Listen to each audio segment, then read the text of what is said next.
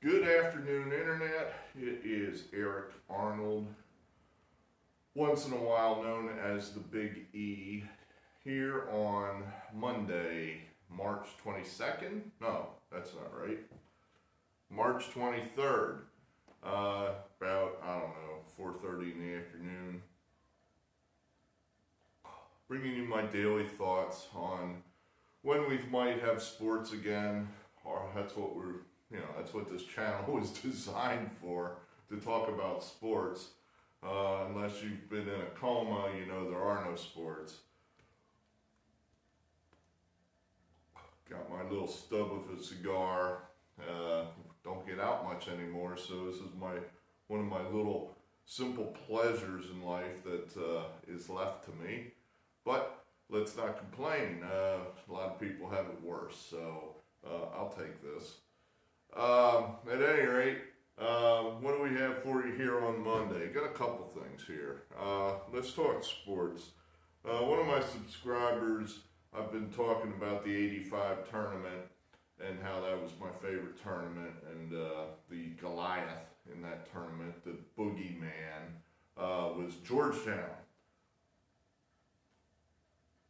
which was the senior year of Patrick Ewing's stay at Georgetown. Believe it or not, players actually did stay for 4 years, generally speaking, in that. I don't know when it started, when they started jumping early to the NBA. I'd have to look that up. I just don't have that one on top of my head.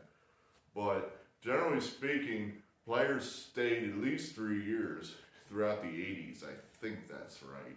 At any rate, one subscriber said, well, that team wasn't nearly as good as the 1990 UNLV team.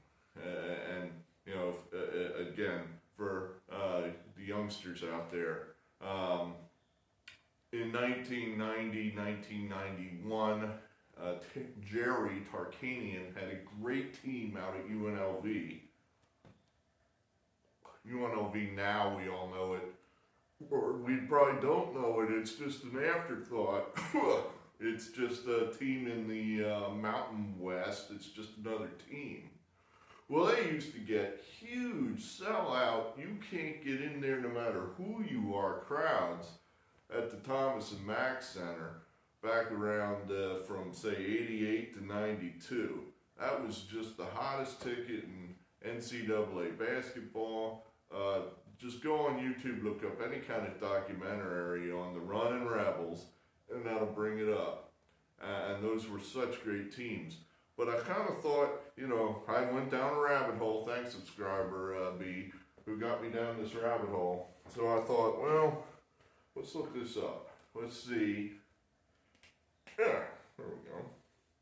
Let's see who we would have taken between these two teams. We got the, we'll call it the 84,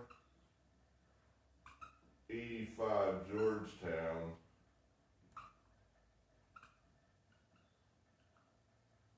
And we'll call it the 90, 91 UNLV. Oops. All right, that's a little sloppy, but at any rate, Georgetown won the title in '84.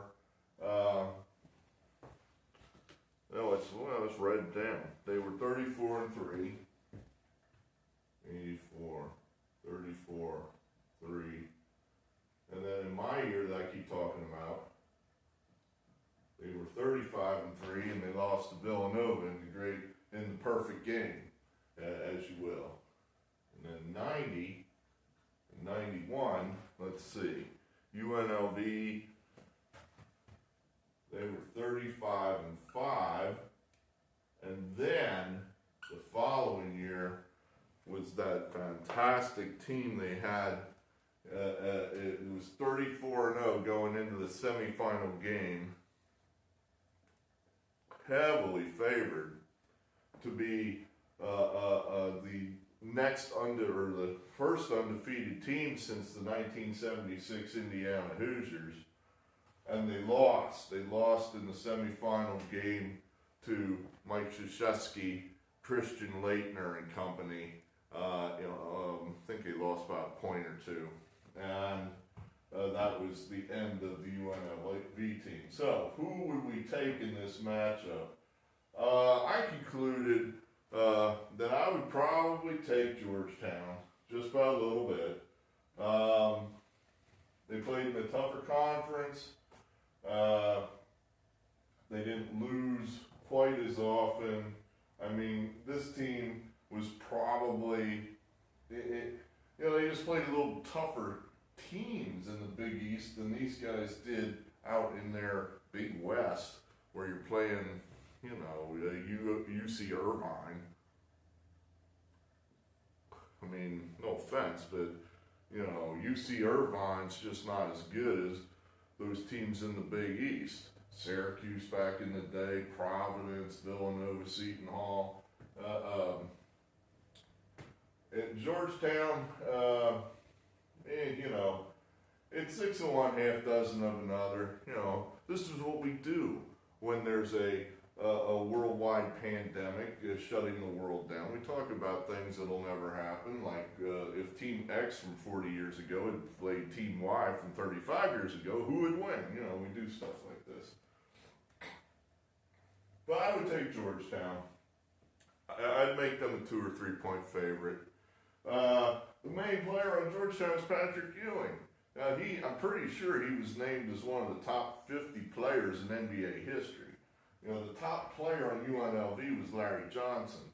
Larry Johnson was a nice NBA player, but he wasn't a superstar. He wasn't, he had a couple of years where he made the All-Star team, but he's not in the Hall of Fame. I'm pretty sure about that. I just looked up his record. I don't think I missed that. Those guys actually played together on the late 90s Knicks team, and that was still Patrick's team. It wasn't Larry Johnson's team. It was Patrick's team. So I think that, I get it, that this game, this 91 semifinal game, one of the greatest games in NCAA history, where, Duke was a great team in its own right, which then emerged to win, I believe, they won it again the next year, and I cannot remember if they won it the year after that too. I don't think they did. Let's see, they lost to them this year. Duke beat them this year. They went ahead and won it again in 92, and then I think it was Carolina in 93. So it was a 3-year stretch of really good Duke team, probably a great Duke team. Whereas they lost to a Villanova team that was just a miracle team. But it wasn't like Georgetown played like shit that night in 85 down in Lexington. I mean, Villanova had to play the perfect game to beat those guys. So it wasn't like, Georgetown took them lightly and just threw their hat in the ring and got beat. Villanova played an unbelievably great game. So, anyway, this is my reasoning as to why I would take Georgetown by a point or two. All right, let's talk virus. I had a couple things that made me somewhat optimistic here. So let's look at that. Our numbers here are not particularly encouraging as they keep going up. Let's get this one right.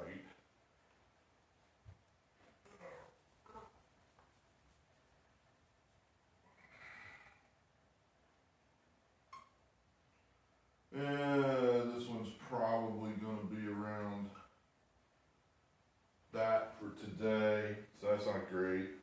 But here's Italy's numbers. Now, these are much higher, and none of this is spectacular, but here's what we're looking at with Italy. With Italy, obviously these are super high numbers. It's not what we want to see. The markers are dying here. We've written so much stuff here in the sports barn, the markers are dying. Alright, if you can read that. 793 on Saturday, that's the worst of the worst. But, now Sunday, 651, today, 601, perhaps a peak, maybe. You know, I thought we had a peak over here, and look what happened. Boom! It went, sky right past it. So that could happen tomorrow. I mean, they might report 2,000 people dead. That would really suck. But it's possible, just possible, that they're starting to peak over in Italy. Now, the other countries over there probably aren't going to peak for a while, because I don't think they started doing the things Italy did for at least a week or two. So, France, Germany, all those, Spain, they're probably, they're going to be, going up for probably another week or two. But Italy, who I think was the first one to have the deaths everywhere, shutting the country down, now we can see where maybe they're starting to get past the peak. So perhaps, the social distancing, the shutting down of the country, maybe that works. Let's hope. So with any luck, maybe that will happen in our case, in another 10 days or so. The other thing I saw that I thought was encouraging is I'm not the only one that's starting to think that, we've got to talk about other options other than just locking down the country for 9 months. You do something like that, and you don't know what kind of country is going to come out the other side. There's no guarantee it's going to be the same kind of country that went in. Certainly economically, it probably won't be. The president, I think, tweeted out last night something along the lines of, let's see if I can get this straight. We can't let the cure be worse than the problem. We're going to see where we are in 15 days and decide which way to go. Good, great. That makes me feel better. I mean, that makes me feel that at least there's discussion about which way we're going to go. That we're not just going to blindly say, well, until the cases go down to 0, we're all going to stay in our houses. There is another side to that. The economists keep saying Great Depression. You're going to throw us into a Great Depression. The Great Depression was a bad thing. It was a bad thing. People were hungry. People didn't have enough to eat. People could not do anything they wanted to do because basically their whole lives were consisted of them trying to find something to eat and feed their families. Probably the worst thing that came out of the Great Depression is Hitler. You get economic unrest like that. Next thing you know, people do dumb shit like a relatively educated population, a first world country like Germany, gets behind a maniac like Adolf Hitler, and that would have never happened had it not been for the Great Depression. And I don't think I'm overstating it by saying, once Hitler got into power, all kind of bad things happened. Was it linked directly to the Great Depression? Maybe not. There's all kinds of things that could have happened that would have stopped the disaster of Hitler in World War II. But Hitler stood for election in 1928, and he got hardly any votes at all. Because times were good in Germany. They were good pretty much all over the world in 1928.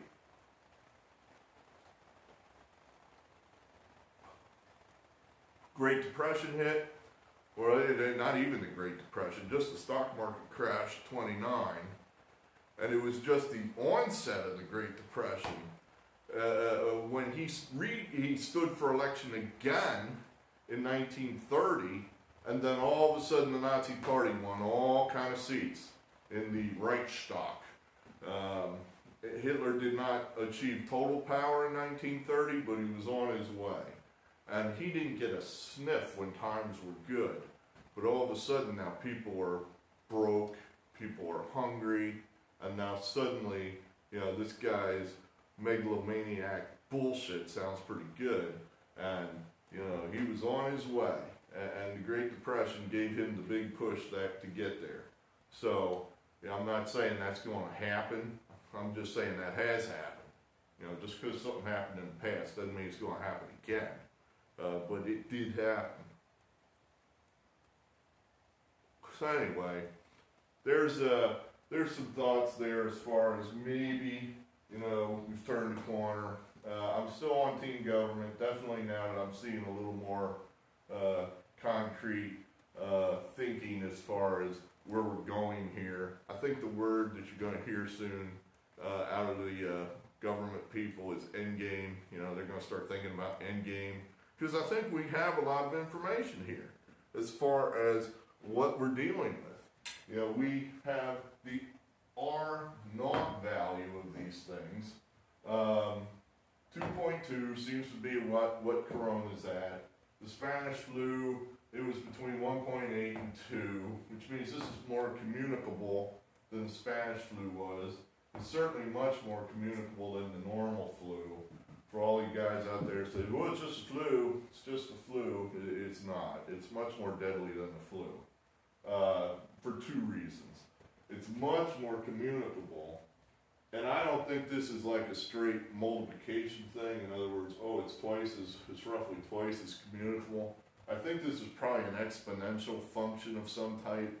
In other words, and I don't know the answer to this. Those, Fauci and his people should be able to answer that as far as, an R naught value. How much of the country does that affect depending on what the number is?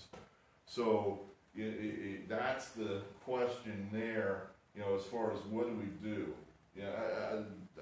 What's making me nervous is some of these health people saying, we're all going to get this. 50, 60, 70, 80% of us are going to get this, even if we lock the country down. Well, why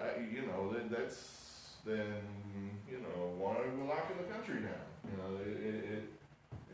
I get it. We're trying to keep the hospitals from being overrun. So that's another thing we got to answer here before we decide what to do in a week. Is how close are we to building up, something to treat this with? I get it. There's no vaccine, and there's no guarantee there's ever going to be a vaccine against this thing. Something that'll stop it dead.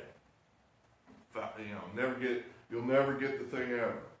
At the moment, I think our best case scenario is just to get something to treat it with. So they're definitely kicking around things that let's try this, we'll try that. We've had a little luck with this over here. They're not at ground zero as far as how to treat this. I think they have had some luck with some certain things here and there. I don't think it's a total, here comes a corona case, nothing we can do, throw up your hands and hold hands and sing Near My God to Thee.